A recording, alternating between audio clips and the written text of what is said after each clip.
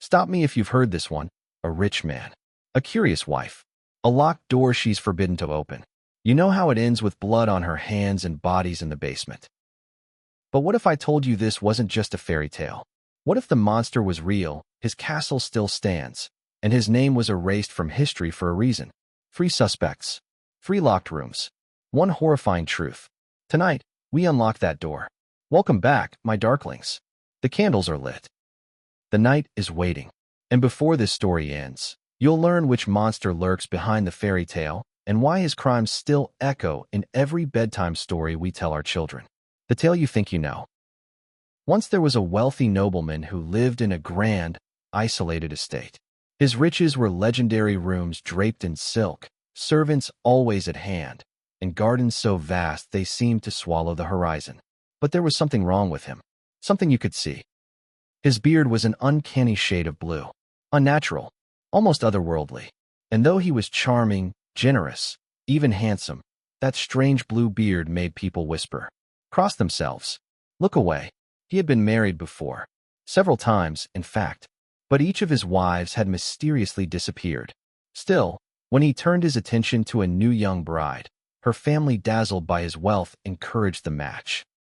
Soon she found herself living within his fortress-like home, surrounded by glittering treasure and a husband she barely understood. One day, Bluebeard announced he must leave on a long journey. Before he went, he handed his wife a ring of keys.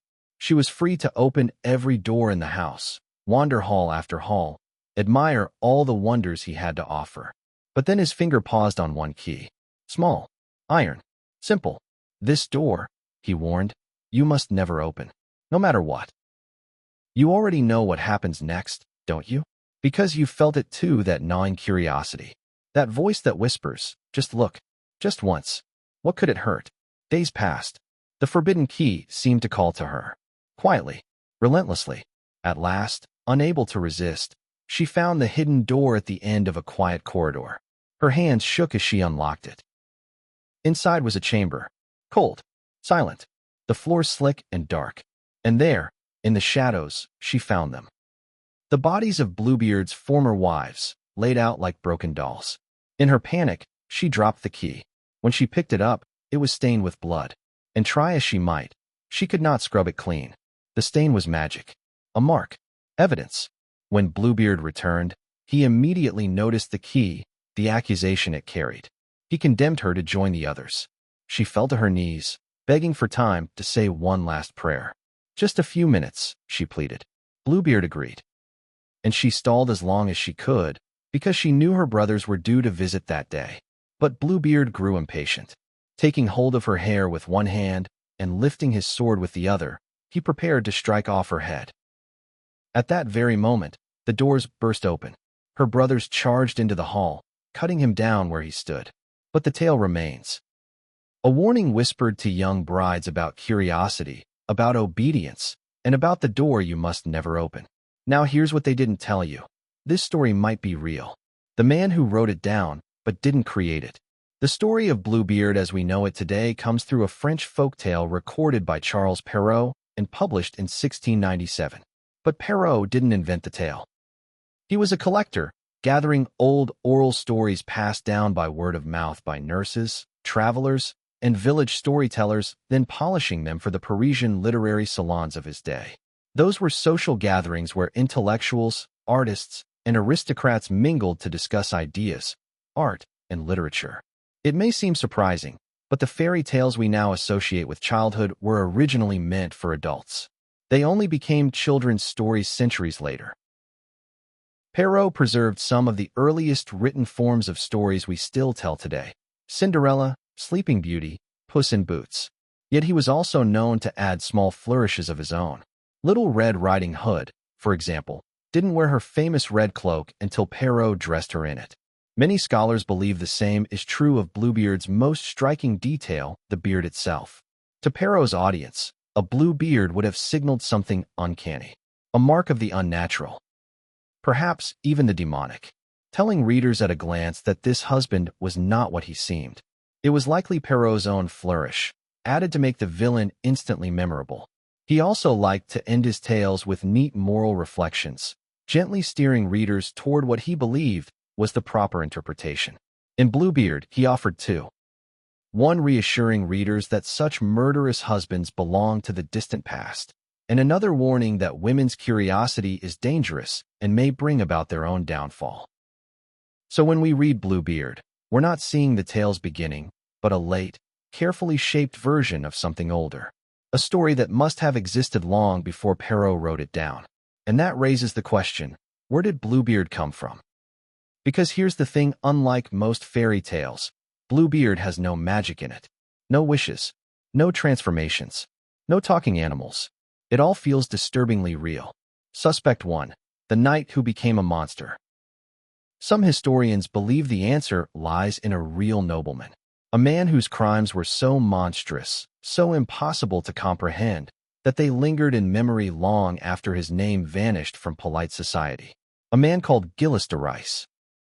Gilles de Rais was born into extraordinary privilege in 1405, heir to one of the wealthiest and most influential families in France. By all appearances, his life should have been a triumph. As a young man, he became a celebrated knight, fighting alongside Joan of Arc during the 100 Years' War. Chroniclers describe him in glittering armor, riding at her side into battle. When Joan liberated Orleans, Gilles was there a hero of France. By his early 20s, he had achieved what most nobles only dreamed of: power, wealth, prestige, and royal favor. And then, slowly, his life began to darken. After Joan's execution, Gilles withdrew from public service. He retreated to his remote estates in Brittany, where his immense wealth allowed him to live without restraint. Extravagant spending, feasts lasting for days. He sold vast tracts of land, burning through fortunes. He staged lavish theatrical productions so excessive they bled his estates dry. As his finances declined, his behavior became increasingly erratic. He turned to alchemists and sorcerers, hoping their forbidden knowledge might restore his wealth. Then children began to disappear. At first, it was only whispered a local boy gone missing, a servant's child never returning home. But over the years, the pattern grew difficult to ignore. Dozens of children, mostly boys from poor families, were said to vanish near his castles. Picture this. You're a peasant in 1440s Brittany. Your son goes to the lord's castle to beg for work, for bread, for anything. He never comes home. The next week, your neighbor's daughter. The week after, another child. And everyone knows where they're going. But he's a knight. A hero. Who would believe you? By the 1440s, local clergy and nobles had heard enough. An investigation was launched. Gilles de Rais was arrested and put on trial. Now here's where this gets disturbing. Because the accusations were staggering: kidnapping, torture, murder, and ritual practices steeped in dark magic. At his trial in Nantes, several associates testified that he attempted to summon a demon named Baron, performing rites that blended Christian blasphemy with occult ritual. Some accounts claimed he believed that spilling blood might bring him wealth or favor. Whether these confessions were truthful, coerced, or colored by political motive remains debated. But their impact was devastating. Under threat of torture, de Rais confessed to abducting and murdering scores of children. He was found guilty of heresy, sodomy, and the killing of, by some reckonings, more than 100 victims. He was executed later that year. History remembers him as one of France's first known serial killers. A man whose fall from heroic knight to something unspeakable seems almost too extreme to believe. It's no wonder, then, that for centuries people whispered that Gilles de Rais was the true Bluebeard, the nobleman who murdered behind castle walls. But wait, something doesn't add up. And yet, for all the horror, there is one problem. Gilles de Rais did not murder his wives, nor is he known to have kept a hidden chamber filled with corpses of women. Instead, his victims were said to be children. So if Bluebeard was a memory of a real man, Gilles de Rais doesn't quite fit the story. But there is another, a figure whose life aligns far more closely with the forbidden tale. Suspect 2, the warlord and the prophecy. The answer takes us back nearly 1,000 years earlier, to a name that was literally cursed. To find him, we must travel deeper into Brittany, to a man known as Canomer the Cursed. Kenoma ruled in Brittany sometime during the 6th century, a warlord whose name survives only in fragments of legend and monastic record. The stories tell of a violent and ambitious man, restless, paranoid, and haunted by prophecy. According to medieval accounts, Kenoma married a young woman named Tryphina, a princess famed for her gentleness and beauty. But soon after the wedding, Tryphina made a terrible discovery. Hidden inside Kenomer's castle was a secret chamber. And inside it, the belongings and, in some versions, the remains of his previous wives. Each had met an untimely, unexplained end. Sound familiar? The legends say that the spirits of these murdered women appeared to Tryphina and warned her that she too would die, especially if she became pregnant. For Kenoma feared a prophecy foretelling that he would one day be killed by his own son. So when Tryphina conceived a child, her worst dread began to take shape. She fled the castle, but Kenoma chased her down and killed her, some sources say by beheading, some by stabbing. But her story didn't end there. A holy man, Saint Gildas, is said to have found Tryphina's body and miraculously restored her to life. She later gave birth to her son, who grew up and fulfilled the prophecy, slaying Kenoma in battle. It is a tale strangely close to the bones of Bluebeard, a murderous husband, a young wife in mortal danger, and the truth hidden in a locked room. For folklorists, this makes Kenoma a far more compelling candidate than Gildas de Rais. But the difficulty is that the story of Kenoma exists in a blur between history and legend. Almost everything we know about him comes from the lives of Breton saints' biographies that mix fact with miracle. What seems reasonably clear is this. Kenoma was a real 6th century Breton warlord, likely active in the northwest of modern-day France. He appears to have been a violent, expansionist ruler, fighting neighboring lords and ultimately being killed in battle. Some accounts say he rose to power by murdering a predecessor and marrying his widow. Later tradition claims he tried to kill her son, a political threat to his rule, and that may have evolved into the legend of a man murdering his own wives and children. The details vary wildly across sources, but they all agree on one thing. Kenoma was remembered as a cruel and tyrannical figure. So is Kenoma the original Bluebeard? Perhaps, but his legend hints at something even older, the door that was never meant to be opened. Because long before Kenoma or Gildas de Rais, stories were told about forbidden chambers, dangerous husbands, and prophecies that doomed children before they were born. The "don't look inside" trope appears in some of humanity's oldest stories. It is one of our earliest narrative warnings. Knowledge has a cost. Take the book of Genesis. Eve is tempted by the serpent to eat the forbidden fruit, not out of malice, but because she wants to know. In that moment, she opens the metaphorical door she was commanded to leave shut, and the world changes forever. Here, just like in Bluebeard, curiosity becomes the spark that ignites catastrophe. The same pattern repeats in Greek myth. Pandora is given a sealed jar and told she must never open it. But curiosity overcomes obedience. She lifts the lid, and all the evils of the world's suffering, disease, death spill out, never to be contained again. Again, a single forbidden act. A moment of human curiosity breaks a boundary that cannot be repaired. Where Bluebeard's bride opens a door, Pandora opens a jar. But the structure is identical: temptation, transgression, irreversible consequence.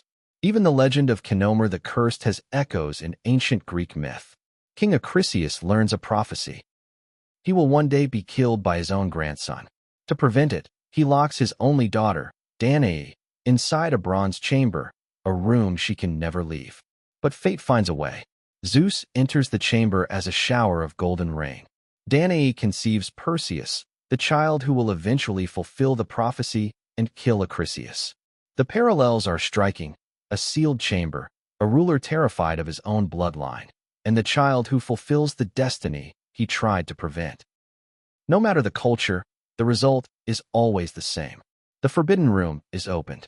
The fruit is eaten. The jar is lifted. The prophecy is fulfilled. And a terrible secret, once hidden, forces itself into the light.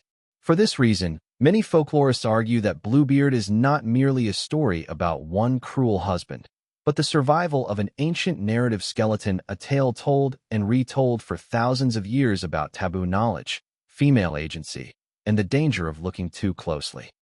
Bluebeard's many faces.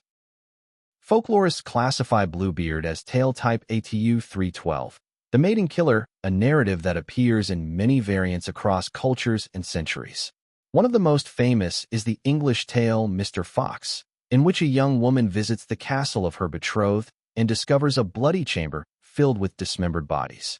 She escapes and later exposes him with the chilling refrain, be bold, but not too bold, lest that your heart's blood should run cold." Shakespeare alludes to this story in Much Ado About Nothing, where a character remarks, like the old tale of Mr. Fox. That single line proves the tale was already well known in the 16th century, predating Perrault's version.